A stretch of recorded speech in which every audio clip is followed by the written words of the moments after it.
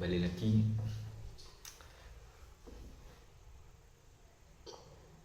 Aku ingin menjelaskan berkaitan dengan apa yang pernah aku alami. Menurutku beberapa hal di kehidupanku kurang dari kata terstruktur.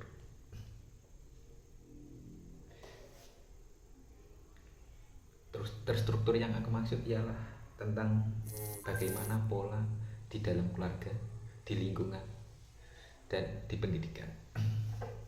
Bagaimana aku mencapai kata fokus, bagaimana aku bercerita, itu semua sulit, tapi juga bisa dikatakan mudah. Tapi asal dari bisa cerita atau menjadi storyteller itu cukup sulit, karena storytelling pasti adalah mereka yang memiliki pengetahuan untuk bercerita, atau setelah mereka mendapat pengetahuan baru mereka dapat bercerita.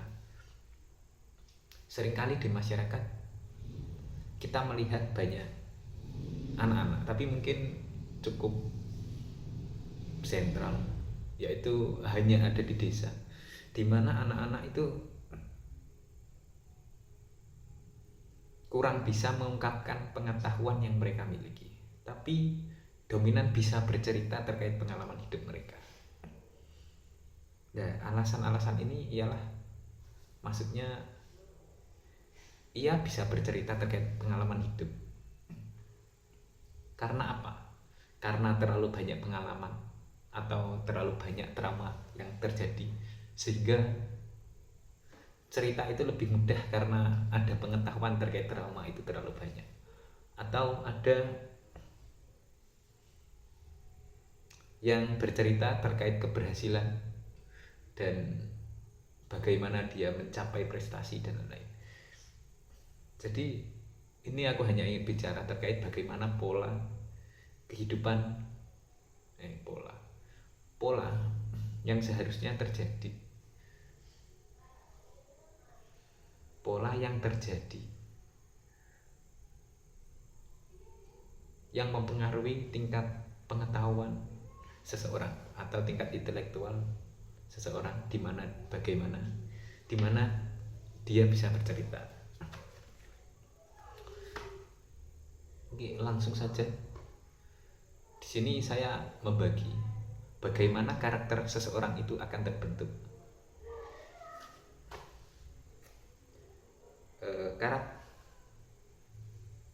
Pembentukan karakter seseorang itu saya membagi ada 6 faktor sebenarnya.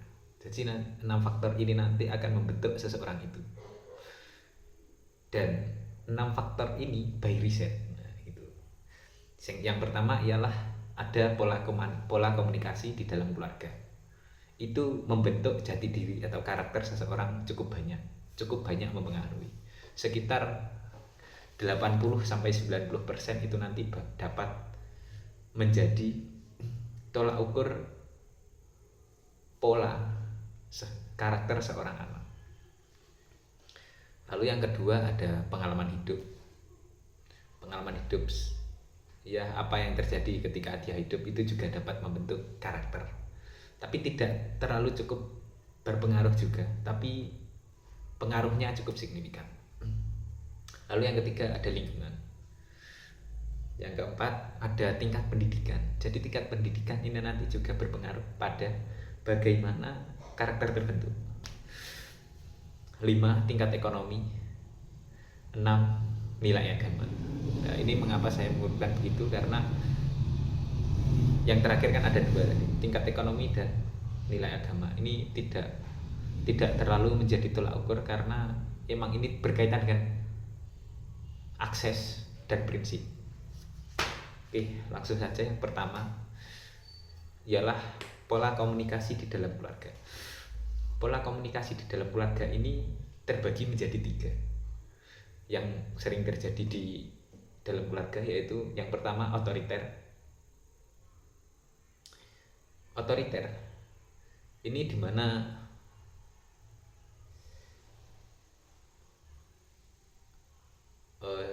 cara komunikasi yang terjadi antara orang tua dan anak. Otoriter yang dimaksud ialah tentang bagaimana orang tua akan menciptakan kontrol yang sangat dominan pada seorang anak agar dituntut untuk mengikuti apa katanya. Dan otoriter ini memiliki sikap menerima yang sangat rendah. Contoh, di dalam masyarakat pasti ada nih, mungkin generasi baby boomers itu memiliki pendekatan kepada anak dengan cara memastikan mereka mengikuti apa yang mereka katakan. Tidak boleh ini, tidak boleh itu, dan segala sesuatu akan disetir, atau sekolah diarahkan tanpa si anak memahami sebenarnya tidak diperbolehkan itu karena apa. Jadi nanti akan menciptakan anak yang memiliki kepribadian tertutup. Seorang anak yang ketika ingin berkomunikasi dengan orang tuanya, ia tidak bisa terbuka lebar pengetahuan yang telah ia dapat. Atau mungkin dia mau memberikan saran pun tidak bisa, karena bawaan dari kecil. Pola yang terjadi ialah seperti itu, di mana anak tidak bisa mengintervensi, orang tua sangat dominan untuk mengatur sang anak. Itu dapat menciptakan kepribadian tertutup tadi. Oke, lanjut. Lalu ada yang nomor 2, ialah autoritatif atau bisa dikatakan demokratis. Nah, ini ialah terkait keterbukaan, ya kan. Ini adalah sebuah pola komunikasi di mana sering diadakannya diskusi di dalam keluarga. Komunikasi sering terjadi di mana keputusan tidak diambil dari satu pihak.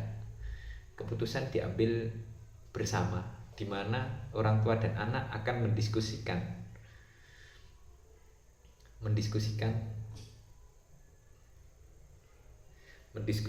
apa yang nanti akan terjadi atau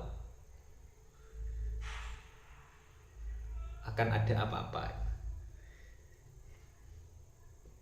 Kepribadian. Pola komunikasi ini memiliki kontrol yang sangat tinggi, tapi memiliki tingkat menerima juga. Maksudnya kontrol yang sangat tinggi ialah karena setiap keputusan itu harus didiskusikan, sehingga terdapatlah titik temu antara si anak dan si orang tua untuk melakukan hal-hal yang ingin ia lakukan. Contoh, mungkin bisa mengambil contoh terkait si anak ingin sekolah di SMA favorit gitu. Alasannya apa? Ingin sekolah di favorit. Lalu si anak dan orang tua ini melakukan diskusi. Diskusinya ya terkait si anak menceritakan terkait mengapa saya ingin masuk ke sekolah favorit. Nah, itu nanti si orang tua juga akan merefleksi bagaimana sekolah itu, atau mungkin ternyata orang tua memiliki rekomendasi lain terkait sekolah. Ya, itulah intinya. Lalu ada yang ketiga. Lalu lanjut yang ketiga, pola komunikasi permisif atau membebaskan. Membebaskan ini biasanya adalah tentang orang tua atau keluarga yang jarang meluangkan waktu secara personal karena sibuk, mungkin ya kan. Sibuk sehingga memiliki kontrol yang sangat rendah terhadap si anak, dan sikap menerima yang terlalu tinggi. Jadi anak sering dibiarkan sehingga si anak mudah mengalami pemberontakan jika suatu saat tertentu. Biasanya kalau di desa-desa ada contoh mungkin ya kan, orang tuanya kerja di luar negeri, terus si anak bersama dengan mbahnya itu. Nah itu nanti akan, biasanya si anak ini tidak terlalu dikontrol sama orang tuanya, dan kalau di kampung-kampung itu sama cucu terlalu sayang ya, itu dibiarin aja mau kemana-mana, toh uang mengalir dari orang tua yang ada di atas. Jadi bebas ini juga nggak enak, soalnya si anak itu tidak memiliki arah hidup yang jelas. Bagaimana dia mengambil keputusan itu nanti ditentukan oleh lingkungan yang ada di luar.